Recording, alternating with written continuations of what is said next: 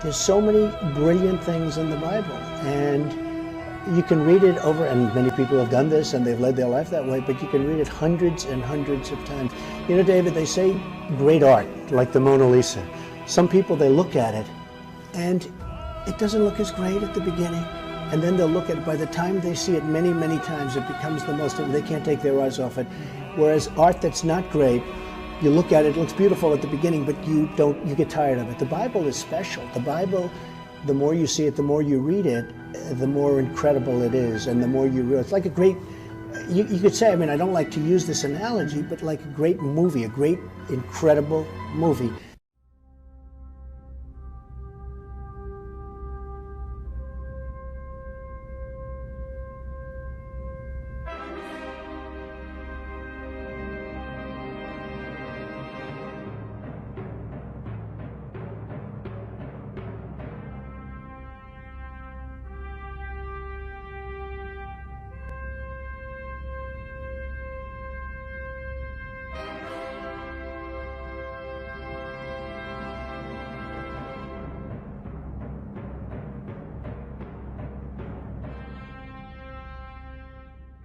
This is the dawn of a new eon. None of us can stand on the sidelines, especially those of us with the power to bend the world to our will.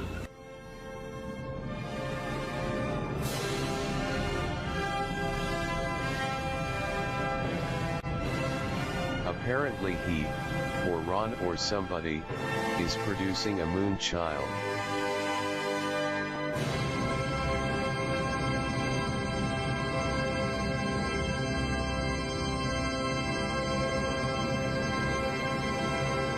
You knew damn well I was a snake before you took me in. Anagram is right. Oh, draconian devil, a lame saint, becomes Leonardo da Vinci, the Mona Lisa. Professor, the Mona Lisa is right over here. Her smile is in the lower spatial frequencies. The horizon is significantly lower on the left than it is on the right. Why?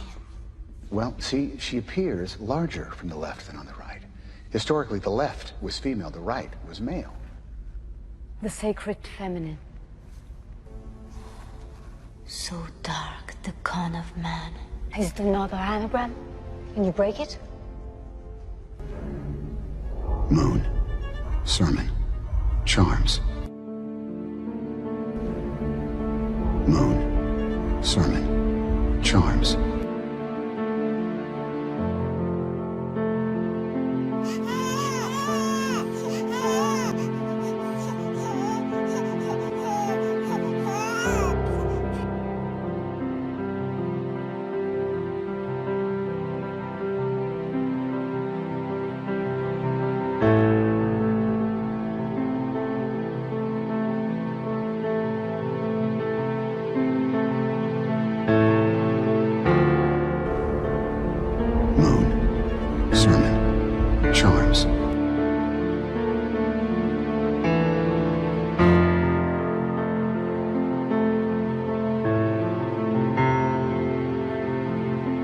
I would like, if I may, to take you on a strange journey.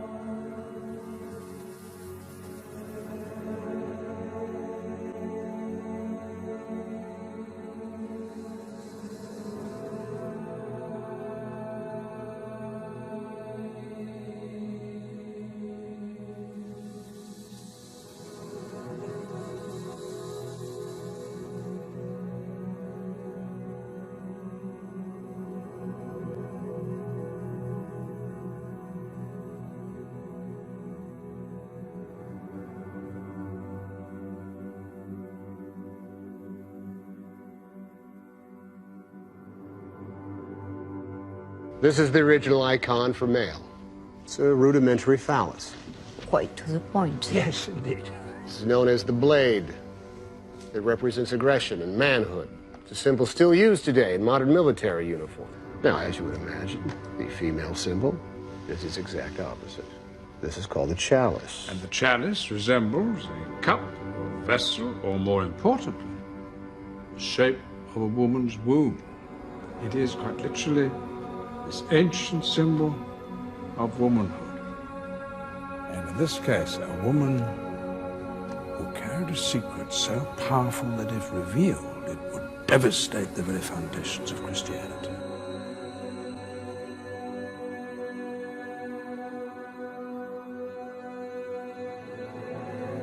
You're saying the Holy Grail is a person? A woman? And it turns out that she makes an appearance.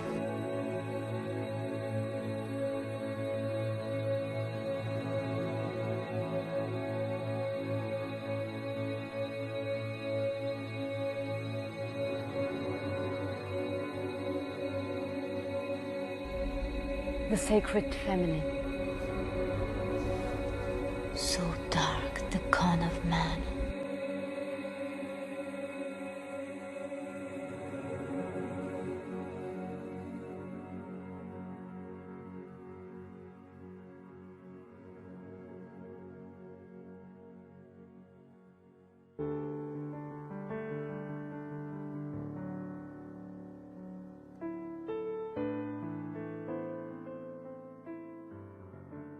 Here on the Isle of Lewis, I've been following in the footsteps of Mary Ann MacLeod, the late mother of President-elect Donald Trump. Mary Ann experienced a hard life here, and the First World War had devastated the male population and the chances of a young woman getting married.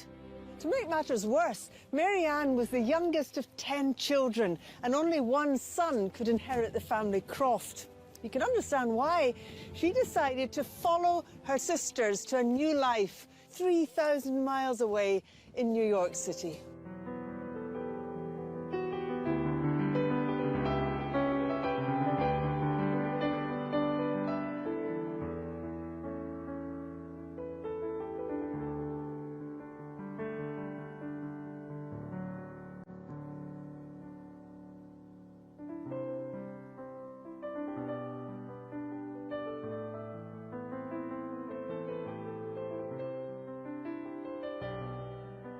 He's in league with Lucifer.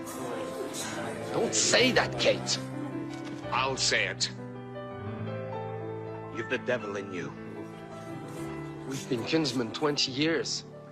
Connor MacLeod was my kinsman. I don't know who you are.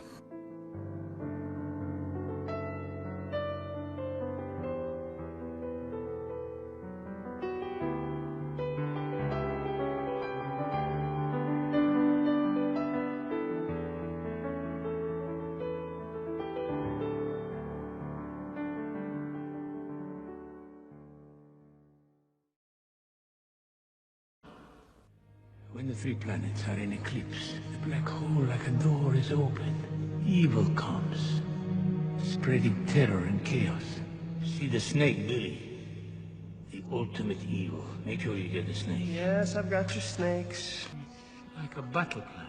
Here the good, here the evil, and here a weapon against evil.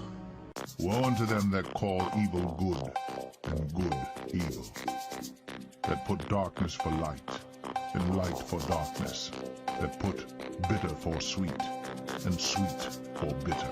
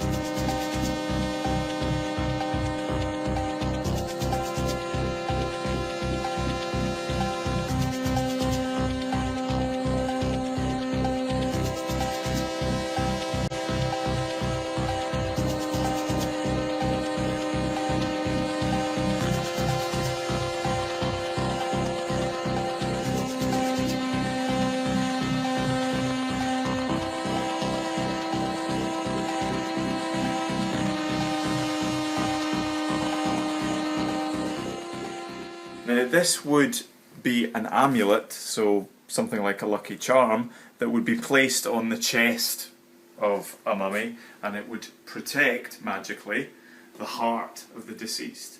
And the text on the back is a spell from the ancient Egyptian Book of the Dead, chapter 30 if I'm right, and it says to the heart, it speaks directly to the heart and says, don't stand up and tell bad things that I did in my life to the gods who are going to judge you after you die.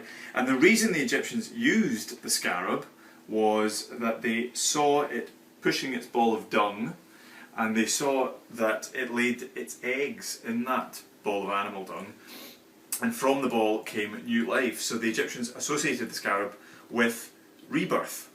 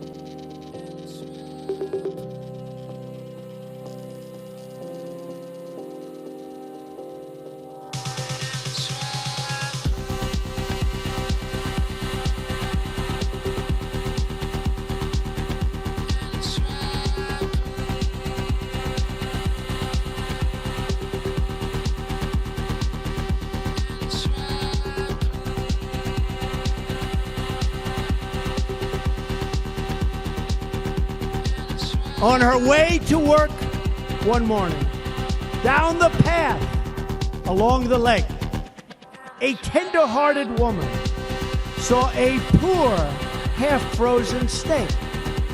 His pretty-colored skin had been all frosted with the dew. "Poor thing," she cried, "I'll take you in, and I'll take care of you." The border. "Take me in, O tender woman. Take me in, for heaven's sake. Take me in, O tender woman," sighed the vicious snake. She wrapped him up all cozy in a comforter of silk and laid him by her fireside with some honey and some milk. She hurried home from work that night, and as soon as she arrived, she found that pretty snake she'd taken in had been revived. Let me in, mother. Let me in. Sighed that vicious snake. She clutched him to her bosom. "You're so beautiful," she cried. "But if I hadn't brought you in by now, oh heavens, you would have died." She stroked his pretty skin again and kissed him and held him tight. But instead of saying thank you, that snake gave her a vicious bite. "Take me in, O tender woman. Take me in, for heaven's sake.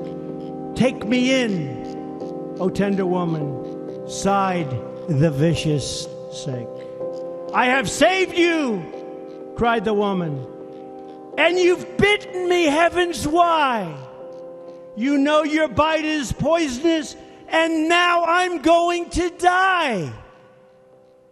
"Oh, shut up, silly woman," said the reptile with a grin.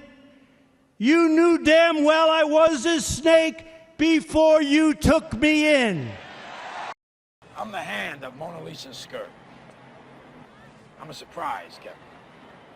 They don't see me coming. That's what you're missing. Then his other hand went up inside my skirt. Somebody I want you to meet. Kevin and Marianne Lomax. This is Senator Alphonse D'Amato. Ambassador Charles Gagano. In case you didn't know, these are the Republicans of New York. You know, Parsons always overstates things. Donald Trump was supposed to be here tonight, video business emergency. Probably Mark Zuckerman. In case you didn't know, these are the Republicans of New York. You know, Parsons always overstates things. Donald Trump was supposed to be here tonight, video business emergency. Probably Mark Zuckerman. Mr. Murdo? You're right. Mr. Murdo? For God's sake, man.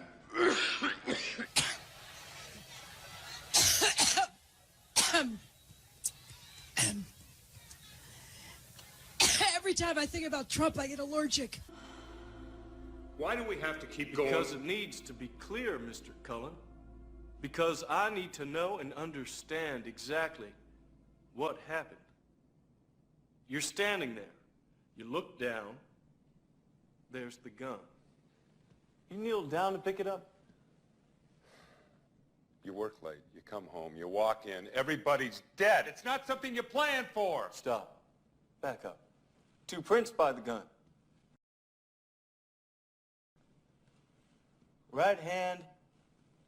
Right knee. Right knee. We have been over this.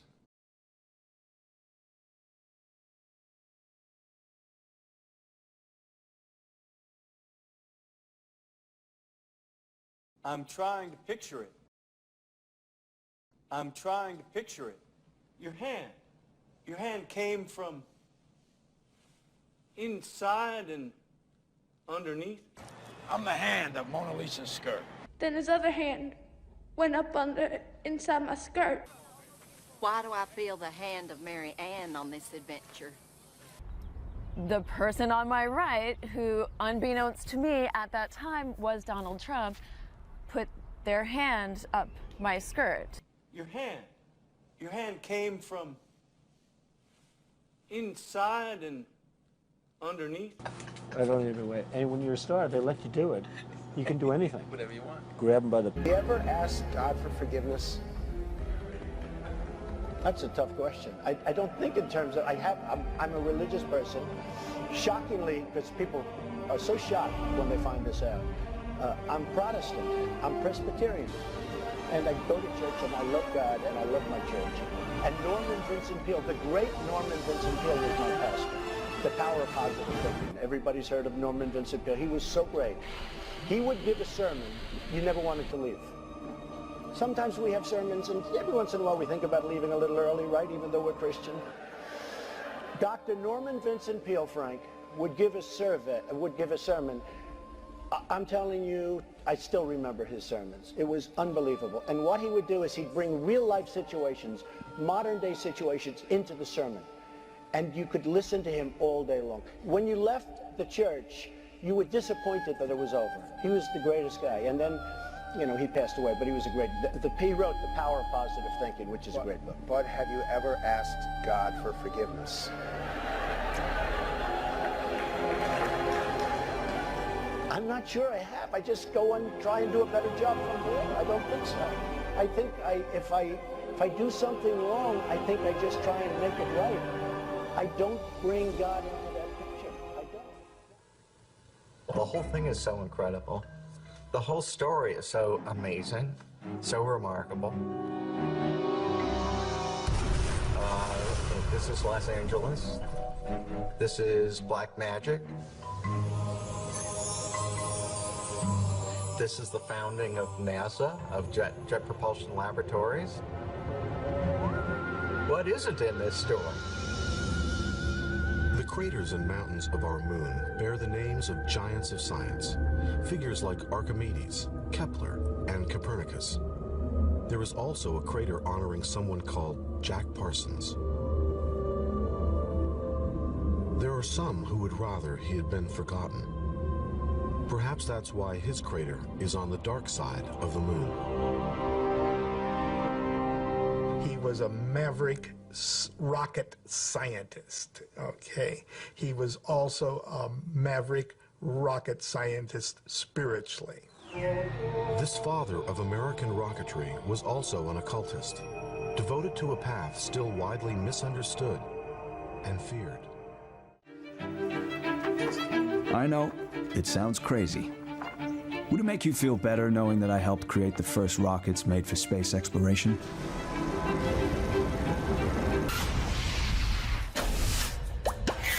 Richard and I have been building rockets since we were teenagers. We want to change aviation history forever. Our ultimate goal is to take man into space.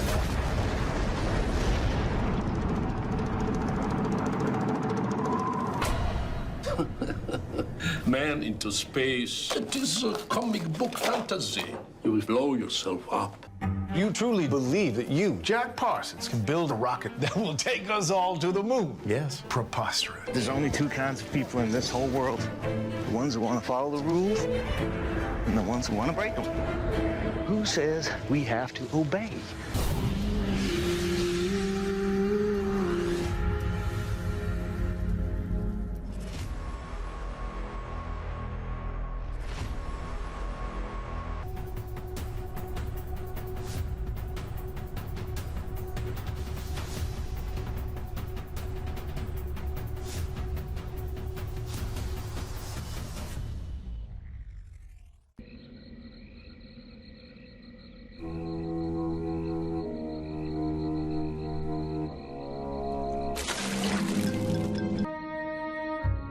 那猛兽从界边跑了。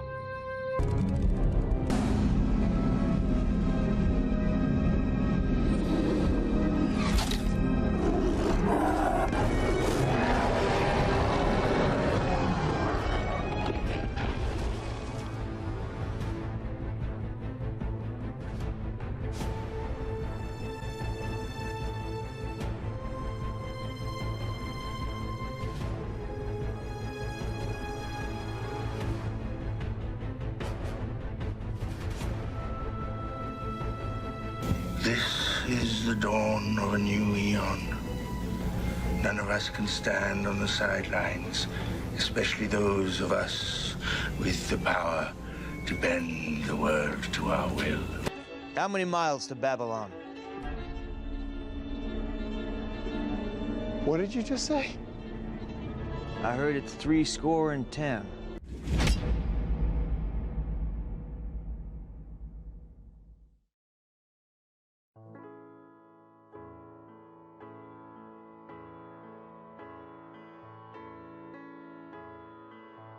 Fascinating aspect of Parsons' life was his obsession with the occult and his dedication to high ritual magic, as well as his association with Scientology founder Ron Hubbard and the beast himself, Aleister Crowley.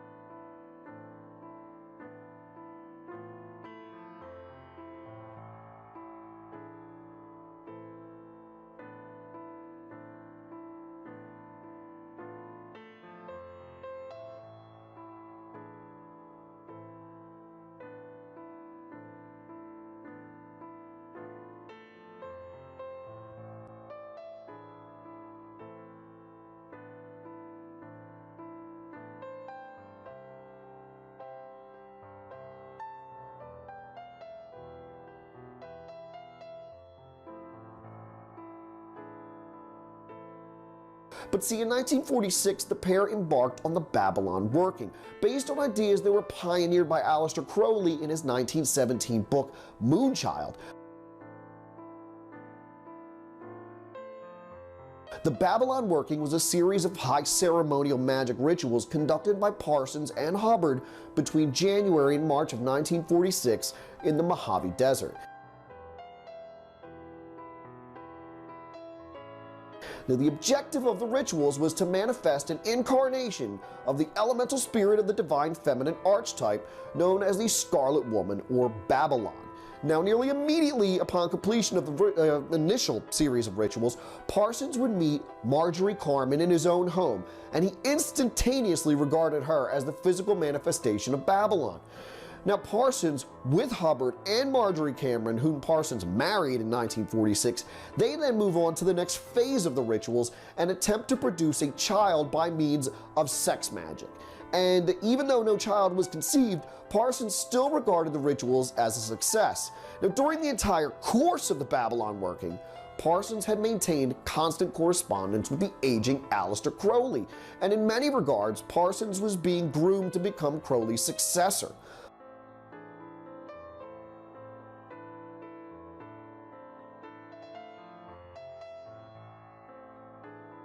Neither Parsons nor Hubbard were the same after the Babylon working. She claimed that it changed these men. Hubbard developed a paralysis on the right side of his body due to the ritual, and after he recovered, he became almost overcome with this energy, and it seemed that he was accessing an intellect that wasn't really his own. Then this may have been the result of some kind of experiment they were working with these high magic practices.